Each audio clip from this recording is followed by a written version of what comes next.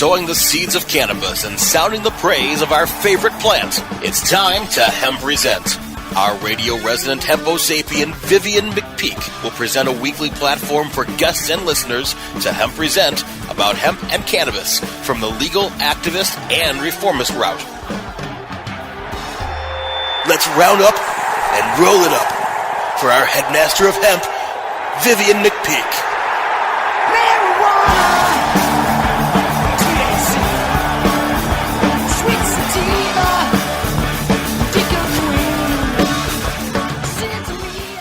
Welcome to Hempresent, where it is always 7 times 60 and where we fight prohibition one interview at a time as we oppose, resist, and educate.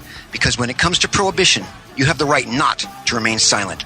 I'm your host, Vivian McPeak, but you can call me Papa Ganja of the Propaganda. I am the executive director of the world's largest annual cannabis policy reform event, the Seattle Hemp Fest, in its 24th year, found at hempfest.org. I am also the author of the book, Protestival, a 20-year retrospective of Seattle Hemp Fest from AHA Publishing. Transmitting from a fortified bunker under a ramshackle reefer radio warren at an undisclosed location deep within the seething bowels of underground Seattle, my goal is to spread the green flame of 420 truth and promote unity with impunity while advocating for the plant, the whole plant, and nothing but the plant. My guest today will be Dr. Michelle Sexton, a respected pioneer in the cannabis community. But first, I want to address a weekly component of my show, my word of the week. This week's word is perseverance. My comrades and I produced the Seattle Hemp Fest, the world's largest protestival. Seattle Hemp Fest has always been equal parts leap of faith, act of love, and call to action. If the event proves anything at all, it is that perseverance and staying power always pays off, and the power of community can overcome any obstacle. The global cannabis community has been persecuted by governments with a degree of ferocity usually reserved for the most dangerous elements in society, and as much money and resources has been directed at profiling, identifying, and incarcerating pot smokers, growers, and sellers as has been allocated in the global war on terror. Prohibition is America's longest war, both foreign and domestic, and history will look back upon it all as a black stain on America's collective character.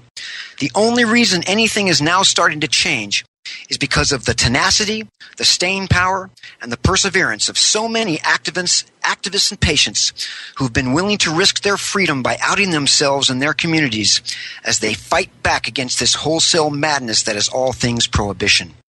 I have a message for the drug warriors and armchair prohibitionists everywhere.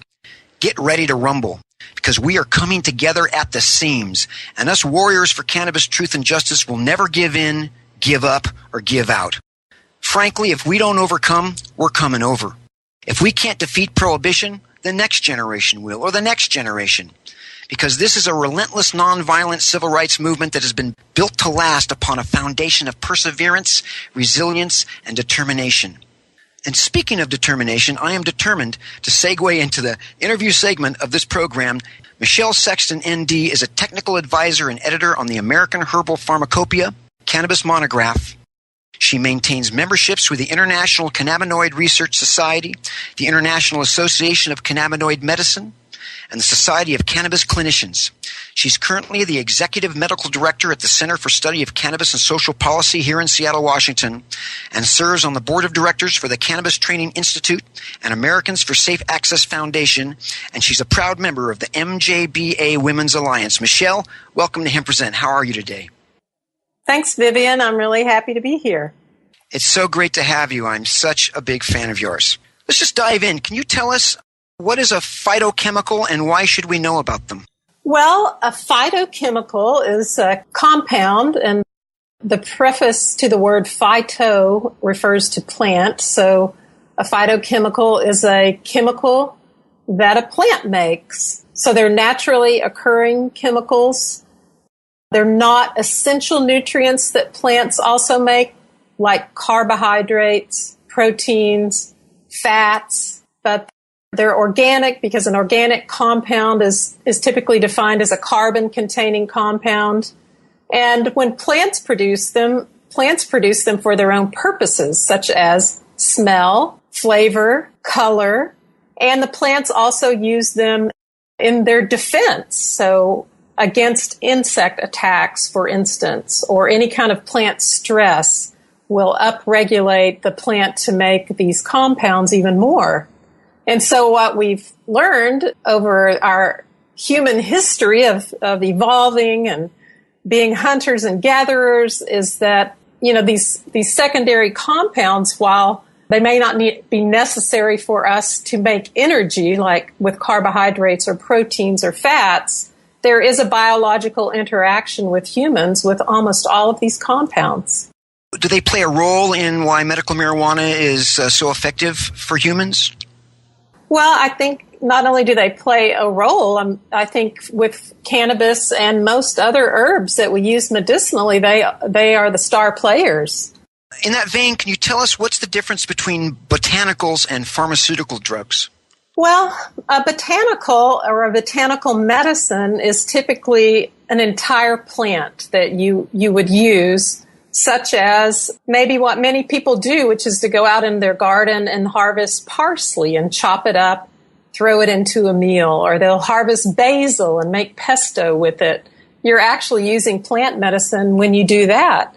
And you don't just take out a part of the plant, you chop it up and you use everything that's there. And so botanical medicine is typically using the whole plant in some way. Traditionally, that has been making teas with it, drying it, making a tea, using it raw, making other kinds of extracts, such as with vinegar or alcoholic extracts. So it's many, many compounds. And we don't know even what all of those compounds are. We don't know how they may all be working together in what we call synergy. But humans have known since recorded history that these plants often have beneficial effects. On the other hand, pharmaceuticals, rather a modern invention, and came from phytochemicals, such as what everybody would know, aspirin. Hippocrates, who is considered the father of Western medicine, who lived around 400 BC, he advocated the use of willow bark as part of his approach to the healing power of nature. And it was from willow bark that the compound we know as aspirin was synthesized. So pharmaceuticals are typically synthesized molecules, not just those isolated from nature. Interesting. Michelle, does the presence of the human endocannabinoid system, where we all apparently have cannabinoid receptors built into our DNA, does that indicate that humans have been consuming cannabis for millennia, perhaps since the dawn of human evolution? For people who don't know, endocannabinoids are natural lipids that our bodies make, along with the receptors, which are proteins that they bind to for signaling. And all of these compounds and their receptors have been highly conserved in evolution.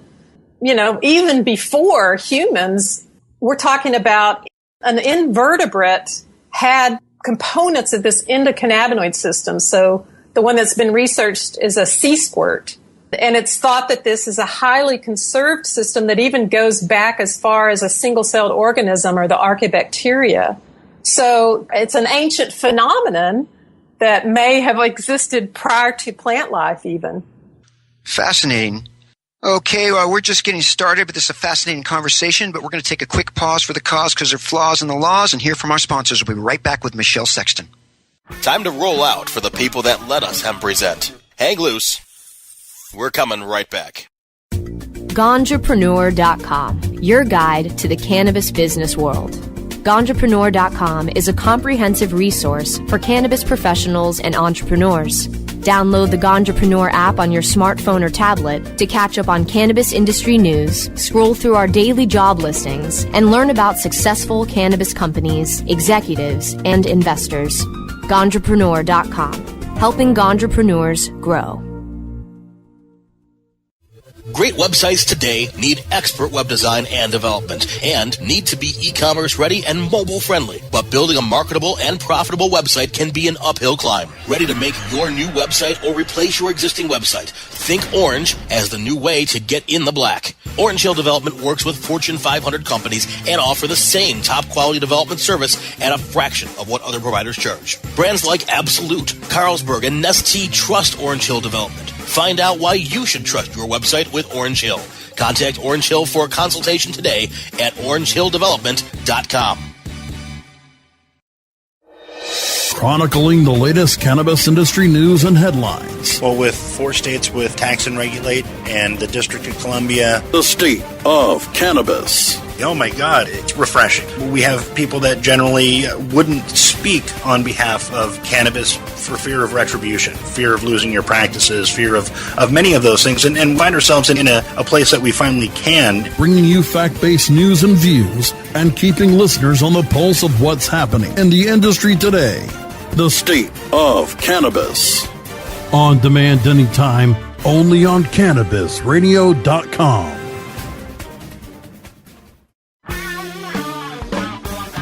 We're back to Hempresent, only on Cannabis Radio. Now, back to our headstrong Emperor of Hemp, Vivian McPeak. And we're back on Hempresent on Cannabis Radio with Dr. Michelle Sexton. Michelle, was cannabis not one of the primary ingredients used for medicines prior to the reefer madness policies of the 20th century? And if so, what happened? Well, it wasn't just a primary ingredient. It was a pharmaceutical medicine that almost all of the pharmaceutical companies of that day produced and had on the market.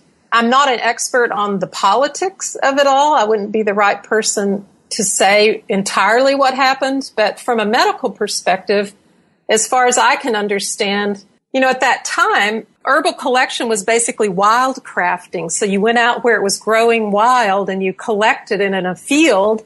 And if you can imagine the biodiversity that would be in a field, so one plant might have a profile that was a lot like hemp, while another one right next to it could be a high THC producer.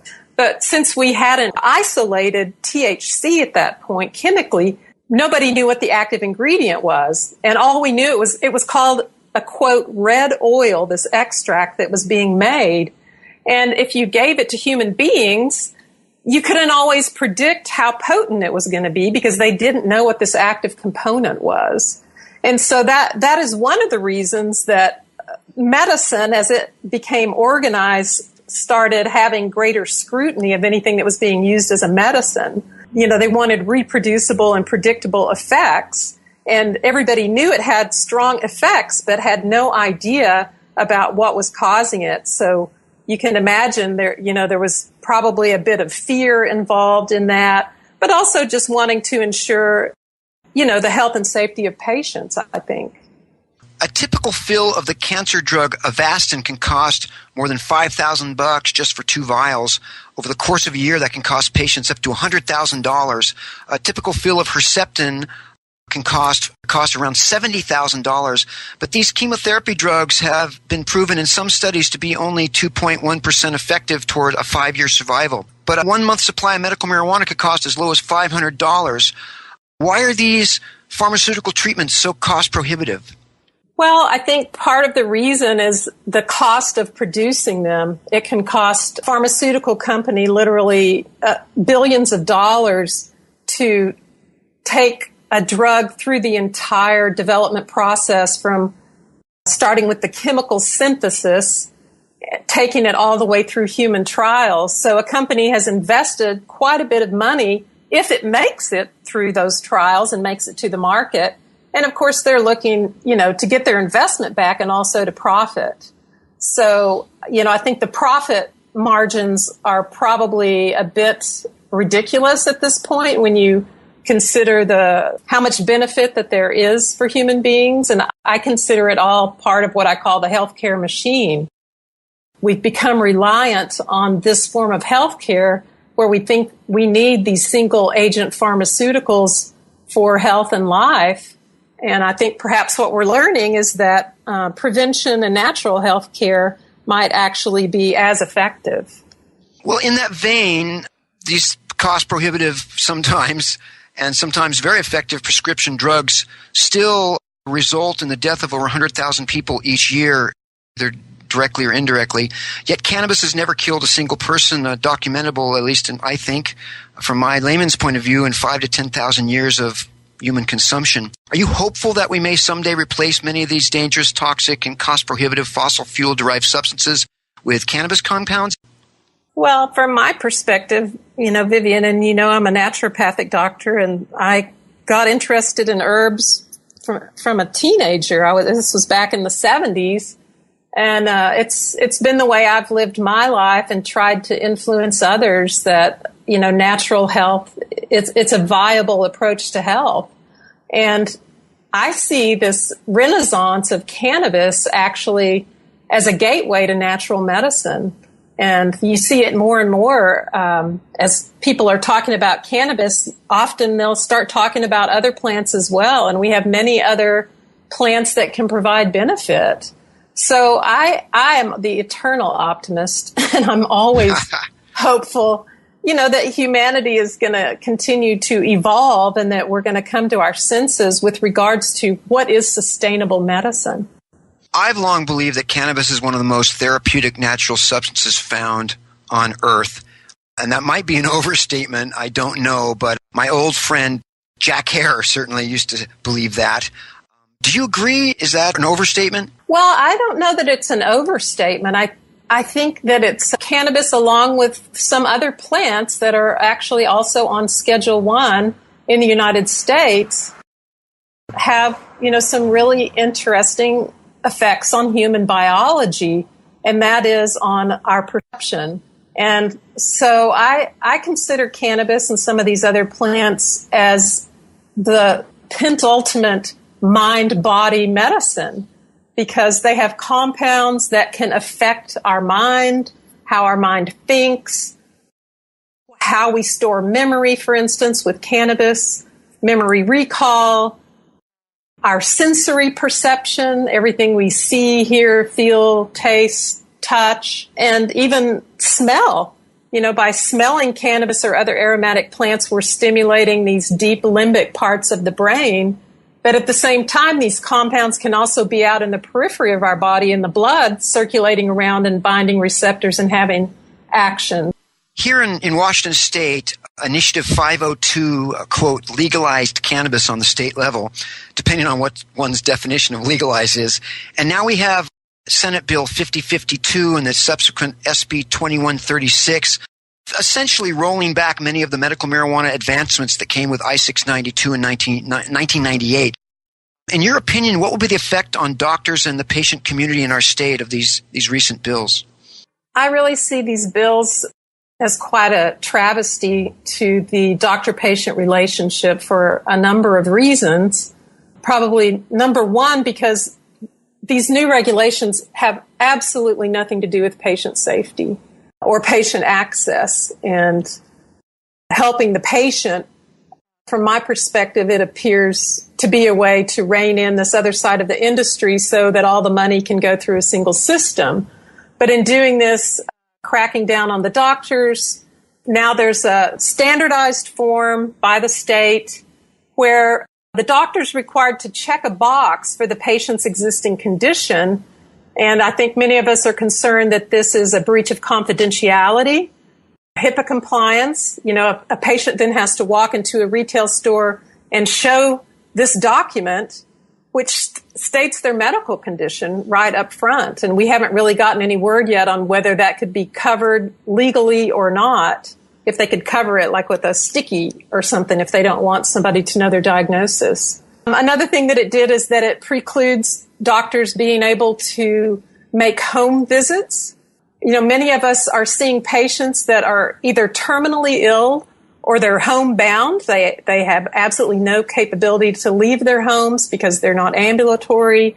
And so this is really putting a burden on the patient. Now has to get out and go to the doctor's place of business just to get a medicine that could increase their quality of life, take their pain away, and maybe even provide a decent end of life for them. I think that there's many doctors who are really rethinking whether they're going to write these recommendations for cannabis anymore. Another thing that I'm pretty unhappy with, that I think is policy not well based on science, is the limited number of conditions that are allowed in the state of Washington. This is another example of what I think should be, the doctor-patient relationship, that the doctor can use their judgment along with the clinical information about the patient to decide whether cannabis is a good medicine for any individual patient. Well, Michelle, I could talk to you all day. You are such a treasure trove of information. Thank you so much. How can people find out more about your important work? Go to the website for the Center for the Study of Cannabis and Social Policy, and there you can take a look at the kind of work that we do and consider donating. We strive to publish information that will influence policy. Thank you so much, Michelle, for being on Hempresent on Cannabis Radio. It's been a real pleasure. We're going to take a quick break here from our sponsors. I'll be back with my quote of the week. Time to roll out for the people that let us Hempresent. Hang loose. We're coming right back.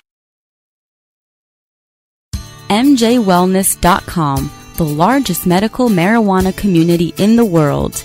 Connect with thousands of patients, doctors, industry leaders, and businesses through shared personal experiences along our worldwide network. Discover new therapies and benefits with content tailored to you. Come grow your network on MJWellness.com. You're not alone. Your wellness matters. Learn, live, and thrive. Check out MJWellness.com today. Your connection to quality cannabis insurance services is spelled K-A-E-R-C-H-E-R.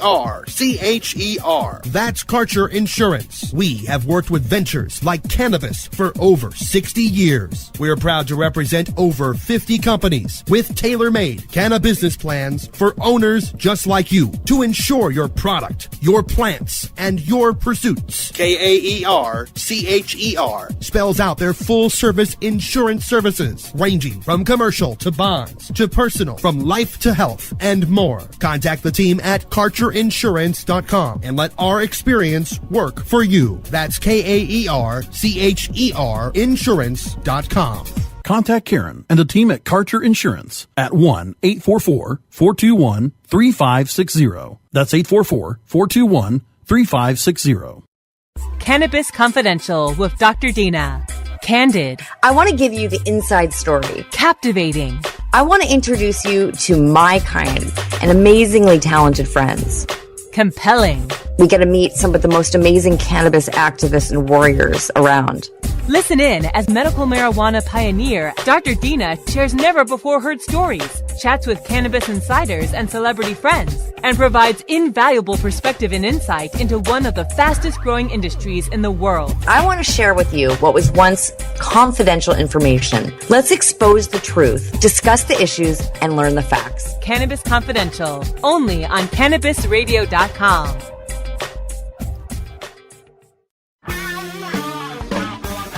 We're back to Hempresent, only on Cannabis Radio. Now, back to our headstrong Emperor of Hemp, Vivian McPeak. And we are back on Hempresent on Cannabis Radio. I am Vivian McPeak. I want to get to another weekly feature of Hempresent on CannabisRadio.com, and that is the quote of the week. And it goes like this. Few men are willing to brave the disapproval of their peers, the censure of their colleagues, and the wrath of their society. Moral courage is a rare commodity, rarer than the bravery in battle or great intelligence. Yet it is one of the essential, vital qualities for those who seek to change a world that yields most painfully to change. And that is a quote from Robert F. Kennedy. When I was a child, I lived one half a block away from the Ambassador Hotel where Robert Kennedy was assassinated. My grandfather was a senior national representative for the American Federation of Government Employees, AFL-CIO, one of the largest federal government labor unions. I lived with my grandparents. My grandfather introduced me to the Vice President Hubert Humphrey a couple times, and on my wall in my office I have 2 Western Union telegrams from Robert Kennedy to my grandfather, inviting him to the Ambassador Hotel for a luncheon. When Robert Kennedy was shot and killed, I heard the sirens. I was 10 years old in 1968. It was a huge event in my life. I will never forget that day when Robert Kennedy lost his life.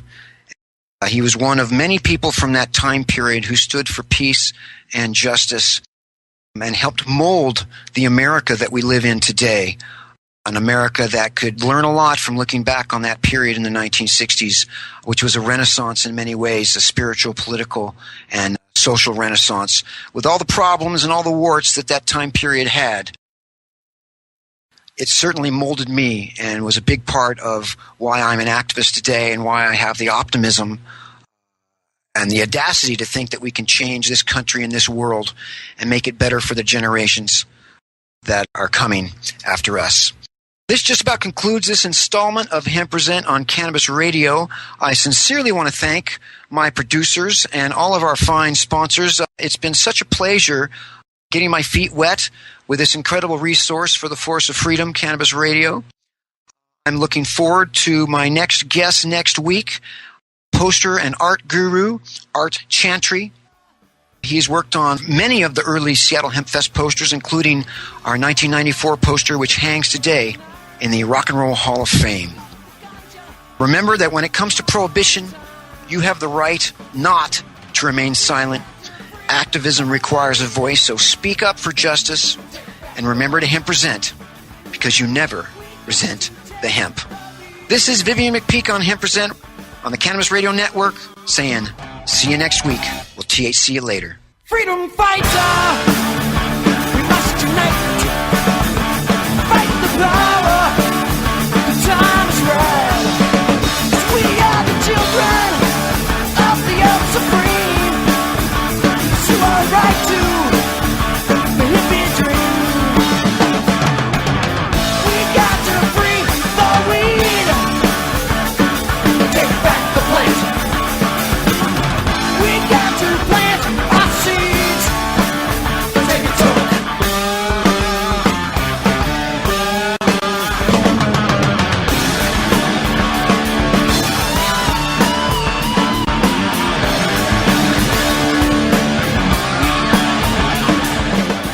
The opinions expressed on this CannabisRadio.com program are those of the guests and hosts and do not necessarily reflect those of the staff and management of CannabisRadio.com. Any rebroadcast or redistribution without proper consent of CannabisRadio.com is prohibited.